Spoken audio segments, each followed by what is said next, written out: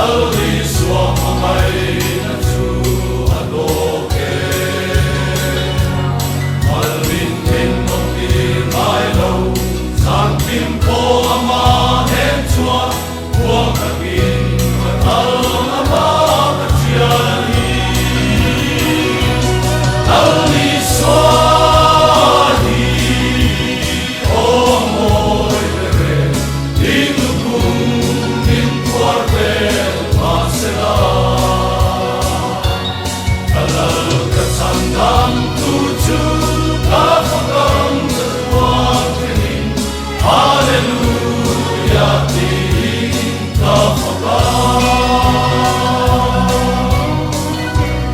engdang re kamai tolo di mangai na kun chau hi o isu kata na to ovela pan kun boy ka ten hey hi ka ta tuan na tu lalli swa mai na hi anu bere